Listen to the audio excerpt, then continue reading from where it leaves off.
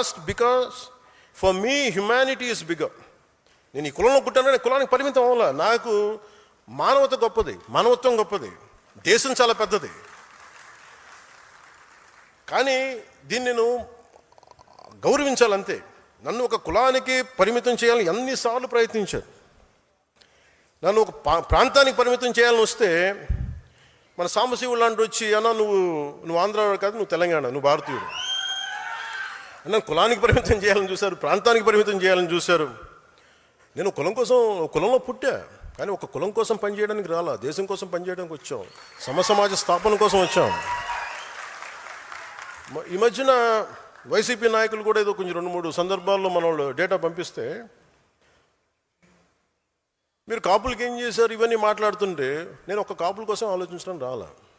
నేను రెల్లి సమాజం గురించి ఆలోచిస్తాను, మాల సమాజం గురించి ఆలోచిస్తాను, మాదిగ సమాజం గురించి ఆలోచిస్తాను, బీసీల సమాజం గురించి ఆలోచిస్తాను, అన్ని ఉన్నత సోకాళ్ళు ఓసీ కాస్టుల గురించి ఆలోచిస్తాను, అందరూ బాగుండాలని ఆలోచిస్తాను.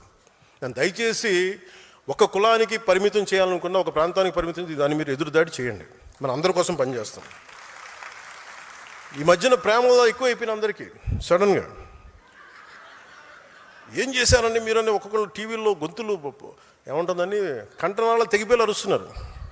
ఇలాంటి మహానుభావులందరికీ నేను అడుగుతున్న ఒకటే, మాట్లాడితే మీరు వంగవీటి రంగా గారి పేరు పట్టుకొస్తారా మీరంతా? ఆయన చనిపోతా నాకు ఇబ్బంది ఉంది, నా ప్రాణహాని ఉంది అంటే ఆ రోజు మీరు ఎందుకు తపన పడలా? మీరు ఎవరు చిన్న వయసులో కాదు కదా, మీరు టీన్స్లో లేరు కదా. ఇప్పుడు మీ అందరికీ 60-65 ఏళ్ళు ఉన్నాయి కదా మీ అందరికీ. అంటే ఆ రోజులు మీకు కనీసం ఒక 35 ఏళ్ళు, కనీసం మీకు 25 దాటిని అందరికీ. ఆయన ఇబ్బంది పడుతున్నప్పుడు, నాకు ప్రాణహాని ఉందనుకున్నప్పుడు, ఈరోజు ఆయన కోసం గొంతు చించుకుంటున్న మనుషులందరూ ఏమైపోయారు? ఆ రోజున ఆయన చుట్టూ ఒక దడిగట్లాగిపోయారా, ఒక పద్మవ్యూహంలా ఉండలాగిపోయారా? అప్పుడు వదిలేశారు అందరూ. అంటే చనిపోయిన తర్వాత ఏమో ఇప్పుడు కూర్చొని కథలు చెప్తారు. మీరు మనిషిని బతికినప్పుడు రక్షించుకోలేంది, చనిపోయిన తర్వాత మీరు ఎన్ని కథలు చెప్తే ఎవరు నమ్ముతాడా మిమ్మల్ని? అలాగే నిజంగా నేను ఒక కులం కోసం ఉంటే మరి నేను 2 చోట్లకి ఓడిపోకూడదు కదా లెక్క ప్రకారం. భీమవరంలో ఓడిపోకూడదు, గాజువాకలో ఓడిపోకూడదు, కులం అంతా వేస్తే అలా ఈరు. That's a point I want to make. అలాగే కన్షీరామ్ గారు వచ్చినప్పుడు తిలక్ తరాజ్ తల్వార్ ఇంకో జూతేశామానం అనేది ఉంటుంది. అంటే బ్రాహ్మణుల్ని, వ్యాపారవేత్తల్ని, వైశ్యుల్ని, క్షత్రియుల్ని దాడి వాళ్ళని కొట్టాలండి, చెప్తూ కొట్టండి. కానీ అది కొంతకాలం పనిచేసింది, అప్పుడున్న పరిస్థితులకు దీనికి పనిచేస్తుంది. కానీ ఇంకొక టర్మ్కి వచ్చేటప్పటికి అది సర్వజన సమాజం అయింది, బహుజన సమాజం అయింది.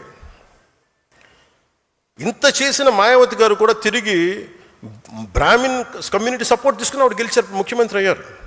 అంటే దీన్ని బట్టి మనకి ఏం అర్థం అవుతుందంటే, సమాజాన్ని కులాల వారీగా విడదీసి ముందుకు తీసుకెళ్ళడం సాధ్యం కాదు. కులాల్ని కలుపుకుంటూ పరస్పర గౌరవాన్ని పెంచుకుంటూ ముందుకు వెళ్తేనే సమాజం అభివృద్ధి చెందుతుంది. అదే జనసేన విధానం, అదే నేను చూపించాను, మీకు నిలబడి చూపించాను. అలాగే మతాల ప్రస్తావన లేని రాజకీయం అంటారు. రేపు మీరు కమిటీస్లోకి వెళ్తారు, బాధ్యతలు తీసుకుంటారు, ప్రజల్లోకి వెళ్తారు. ఆ సమయంలో సమాజంలో ఉన్న సమస్యలను పూర్తిగా అర్థం చేసుకుని ఆ భావజాలాన్ని ముందుకు తీసుకెళ్లాల్సిన బాధ్యత మీకు అర్థం కాకపోతే ఇబ్బంది అవుతుంది. మనం స్పష్టంగా చెప్పాల్సింది ఒకటే, ఎవరు దైవాన్ని వాళ్ళు ఆరాధించండి, మీ దేవుని మీరు ఆరాధించండి. మీరు ఇస్లాం అయితే ఇస్లాంని ఆరాధించండి, మీ ఎవరి ధర్మాన్ని వారు పాటించండి. కానీ మిగతా మతాలకు గౌరవం ఇవ్వండి. ఇఫ్ యు ఆర్ హిందూ, మీరు బాగా మీరు ఆరాధించుకోండి, ఇస్లాం గౌరవం ఇవ్వండి, క్రిస్టియానిటీ గౌరవం ఇవ్వండి, జైనిజం గౌరవం, ఏదానికైనా గౌరవం ఇవ్వండి. కానీ అలా గౌరవించుకున్న మత ఘర్షణకు అవకాశం ఉండదు. అది నిజమైన సెక్యులర్ భావన. అది మతాల ప్రస్తావన లేని సమాజానికి అది పునాది అవుద్ది. అంతేగాని నాకు చిరాకైంది ఏంటంటే అపీస్మెంట్ పాలిటిక్స్. నేను ఒక క్యాప్ పెట్టుకొని నేను ఇలా మాట్లాడితే నాకు ముస్లిం సోదరులు ఓటేస్తాను నేను నమ్మను. నేను బేసిక్ ఎందుకంటే అసలు అత్తిసేద్దాం. అంటే ఈరోజు మనకి షాన్వాజ్ అనే ఒక ఆడబిడ్డ మన ఎక్కడ రాయలసీమ నుంచి ఎక్కడ కర్నూలు నుంచో ఉమాన్లో చిక్కుకుపోతే ఆవిడే హిందూ కాదే, ఆవిడ హింసించింది కూడా అక్కడ లోకల్లో ఉండే ముస్లిం బిజినెస్ మ్యానే. మన అలాంటి లేదు మన సమాజంలో, మనం అలా చూపించాం. అందుకని ఈ అపీజ్మెంట్ పాలిటిక్స్ అనేది జనసేన తీసుకోదు. ఒక తప్పుని తప్పుగానే చెప్తుంది. ఒక హిందూ చేయండి, ముస్లిం చేయండి, క్రిస్టియన్ చేయండి, మీరు ఒక తప్పుని మీరు ఖచ్చితంగా ఈ తప్పుని చెప్పకపోతే తప్పు చేసిన వాళ్ళు అవుతారు. అందుకని appeasement politics is a big no for Janasena. నువ్వు నీ పరిమితిలో ఉండు, నేను నా పరిమితిలో ఉండా. నాకు ఇష్టమైతే నేను ఈ మతాన్ని అర్థం చేసుకుంటాను, స్వీకరిస్తా. కానీ బలవంతంగా మార్చే హక్కు ఎవరికి లేదు. డబ్బులు ఇచ్చి మోసం చేసి బలహీనతలను ఉపయోగించుకొని మత మార్పిడులు సరైనది కాదు. ప్రతి వ్యక్తికి తన ధర్మం గొప్పదే, దాన్ని నేను ఎక్కడ కాదనడం లేదు. ఈ దేశం అన్ని మతాలని గౌరవించే సంస్కృతితో ఎదిగింది. పర్షియన్లు ఈ దేశంకి వచ్చినప్పుడు మీరు ఎలా ఉంటారు, మీరు బయట వాళ్ళు అంటే మేము పాలలో పంచదారలో కలిసిపోతాం. ఎలా ఉంటారంటే ఆయన పాలు తెమ్మని చెప్పి చిన్న పంచదార వేసి ఇలా కలిసిపోతాం, మరింత రుచి ఎక్కువ బాగుంటుంది మాతో ఉంటుంటే. మేము ఎక్కువ కలిసిపోయే వ్యక్తులను తప్ప మేము విడిగా ఉండే వ్యక్తులం కాదని చెప్పారు. ఈ దేశాన్ని మరింత మధురంగా చేస్తామని చెప్పారు. అందుకే ఈ దేశం వారిని ఆదరించింది. శ్రీకృష్ణదేవరాయల కాలంలో అరబ్ వ్యాపారులు గుర్రాలు అమ్మడానికి వచ్చి మాకు ప్రార్థనా స్థలం లేదు అని అడిగితే ఆయన మస్జిదులు నిర్మించి ప్రార్థనలు చేసుకునే అవకాశం కల్పించారు. ఎందుకంటే ఈ దేశ సంస్కృతికి ఇన్సెక్యూరిటీ, అభద్రతా భావం లేదు. ఈ దేశం ఎప్పుడు ఇతర మతాలకి భయపడదు. మీ ధర్మాన్ని మీరు పాటించండి అని స్థానం ఇచ్చే మహోన్నత సనాతన ధర్మం ఇది. కానీ ఆ సహనాన్ని బలహీనతగా భావించి ఆ సంస్కృతిని మేము చంపేస్తాం, ఆ సనాతన ధర్మాన్ని నలిపేస్తాం, నశింపజేస్తాం అంటే అది మీరు ఈ నేల స్వభావాన్ని అర్థం చేసుకోకపోవటమే. ఎన్నికల సమయంలో కొంతమంది బొట్లు పెట్టుకుని ఆలయాలు తిరుగుతారు.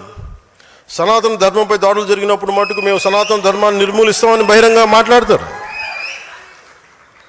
ఎవరైనా అంటే మీరు ఎన్నికల సమయంలో అసలు ఒక్కరు మాట్లాడరు, అప్పుడు మాట్లాడరు సనాతన ధర్మం గురించి, ఎందుకంటే ఓట్లు పోతాయి. అయిపోగానే మొత్తం పదవుల్లోకి వెళ్ళిపోయి అసెంబ్లీలోకి వెళ్ళగానే ఇప్పుడు మాట్లాడతారు మళ్ళీ. లేదు, సనాతన ధర్మం అనేది వేల ఏళ్ల నాగరికత. అది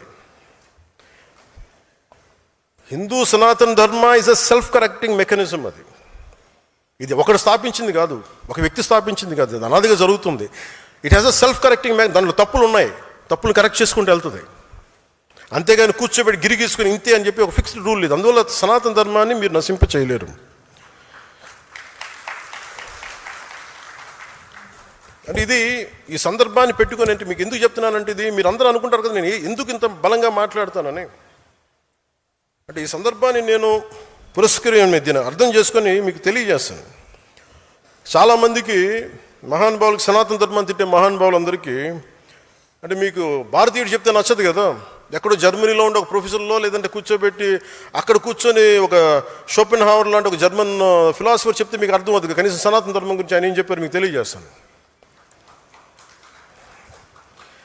అంటే ఆయన అన్న మాట చెప్పండి, the fruit of the highest Vedas, the fruit of the highest human knowledge and wisdom, the kernel of which has finally come to us in the Upanishads and as the greatest gift to the 19th century. అలాగే ఇది నేను తర్వాత tweet చేస్తాను, లేదంటే మన శతజ్ఞులు పెడతాను. కానీ but ఇక్కడ నేను చెప్పదలుచుకుంది ఏంటంటే, విదేశాల నుంచి, ఐరోపా ఖండం నుంచి ఇక్కడికి వచ్చి ఇక్కడ సమాజాన్ని మార్చాలనుకునే వాళ్ళకి ఏం జరుగుతుందని చెప్పడానికి ఆయన చెప్పింది ఏంటంటే, మీరు ఇక్కడికి వచ్చి మీరు ఈ మతాన్ని నిర్మూలింపు చేద్దాం అనుకునే వాళ్ళు ఎలాంటిదంటే, it is just the same as if we fired a bullet at a cliff. In India our religions will never at any time take root. The ancient wisdom of the human race will not be supplanted by the events happened elsewhere. On the contrary, Indian wisdom flows back to Europe and will produce a fundamental change in our knowledge and thought. అంటే మీరు భారతదేశాన్ని మార్చేద్దామని చెప్పి మన భావజాలంతో పెడితే అది మనల్ని ఎలాంటిదంటే, ఒక హిమాలయ శిఖరాన్ని చిన్నపాటి తుపాకీతో కొట్టినాడు. దానికి ఏమవుతుంది, దాని గ్రాండియర్ ముందు, దాని మ్యాగ్నానిటీ ముందు. అది ఏమి అవ్వకపోగా, అది మనల్ని మార్చకపోగా, అది మన భావాల్ని మార్చేస్తుంది. ఇది షోపెన్ హావర్ చెప్పింది.